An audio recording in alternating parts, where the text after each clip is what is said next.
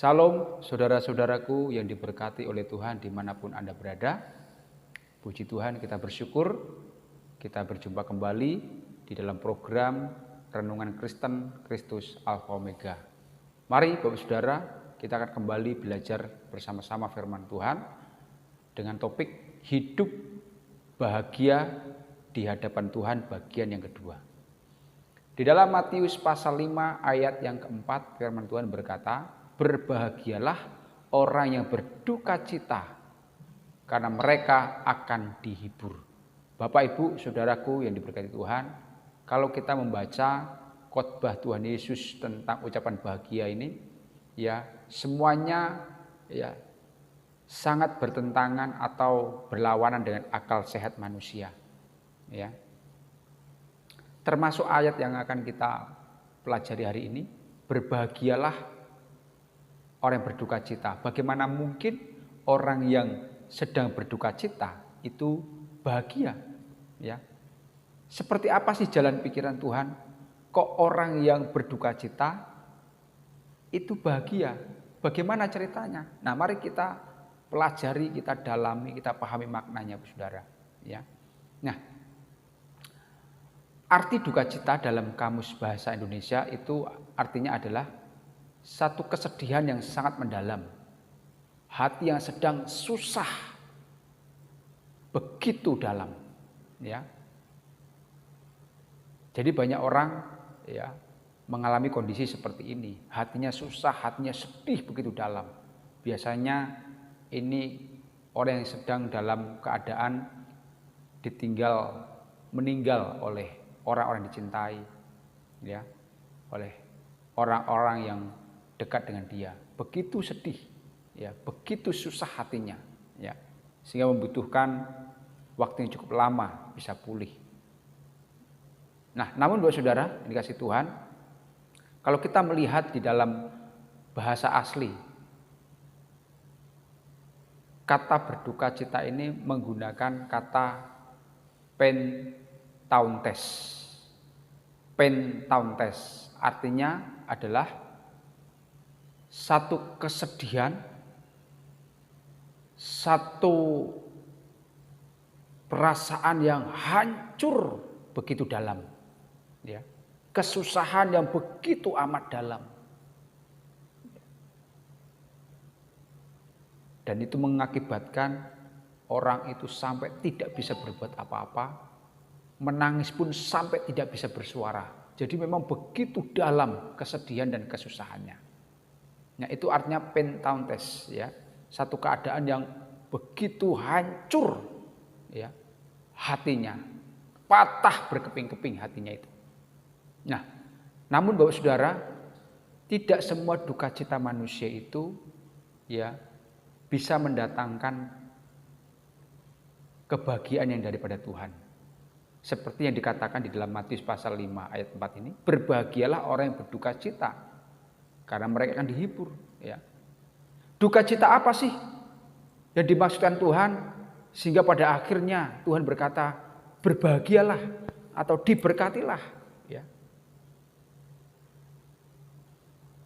Nah, Bapak Ibu Saudaraku yang dikasih Tuhan, ada dua duka cita yang ingin saya bagikan ya hari ini.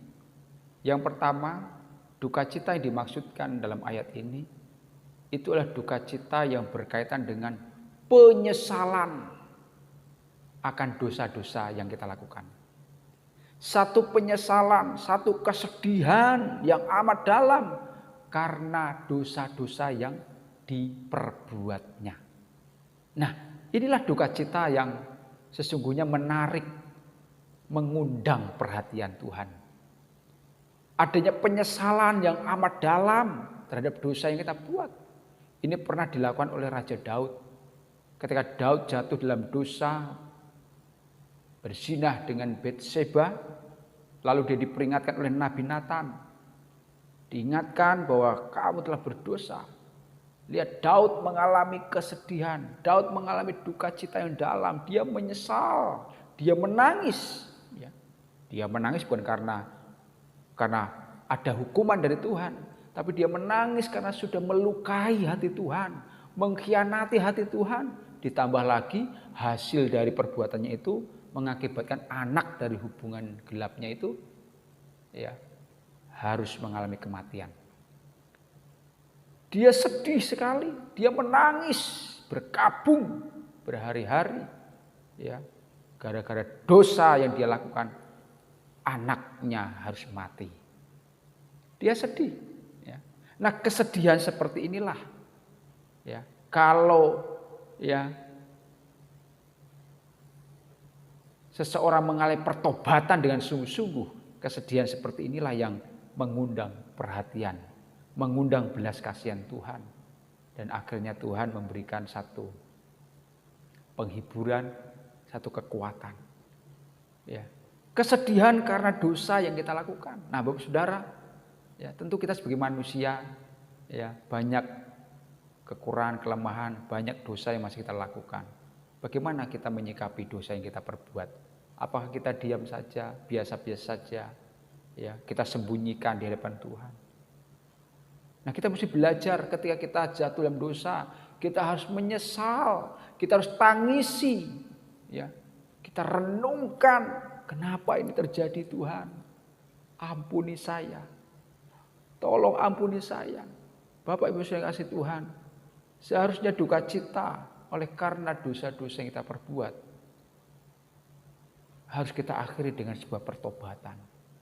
Sehingga dengan adanya pertobatan yang kita lakukan, maka Tuhan bisa mengampuni, Tuhan bisa memberikan kebahagiaan atas kehidupan kita. Nah, ini yang dimaksud oleh Tuhan yang pertama, ya duka cita karena kita menyesali, menangisi dosa-dosa yang kita lakukan. Duka cita yang kedua yang dimaksud di sini adalah duka cita yang berkaitan dengan rasa sedih karena melihat kejahatan dunia. Sedih karena melihat dosa-dosa manusia. Sedih karena banyak orang hilang jiwanya, ya. Mereka kehilangan keselamatan. Ya. Ini pernah dialami oleh Tuhan Yesus. Ya.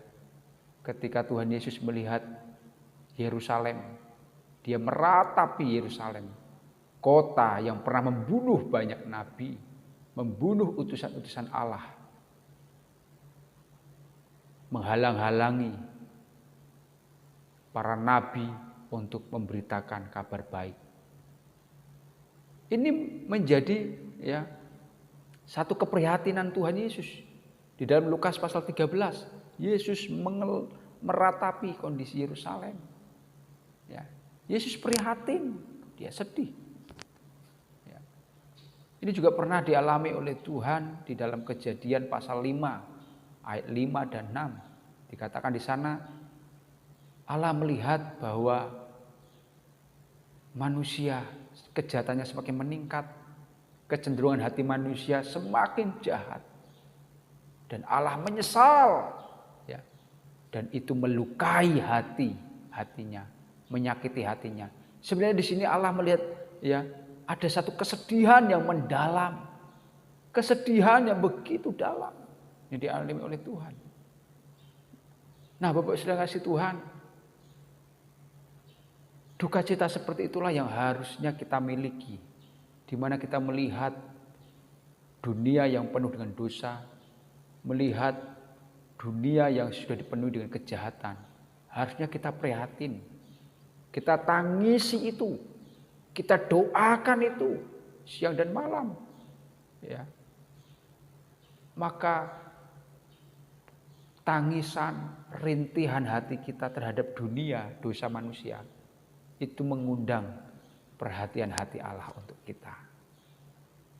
Bapak Ibu saudara kasih Tuhan, duka cita demikianlah yang sesungguhnya mendatangkan kebahagiaan.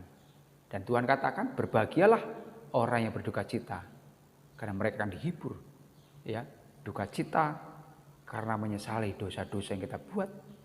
Duka cita karena melihat dunia yang dipenuhi kejahatan. Dunia dipenuhi dengan dosa dan banyak jiwa-jiwa yang belum diselamatkan.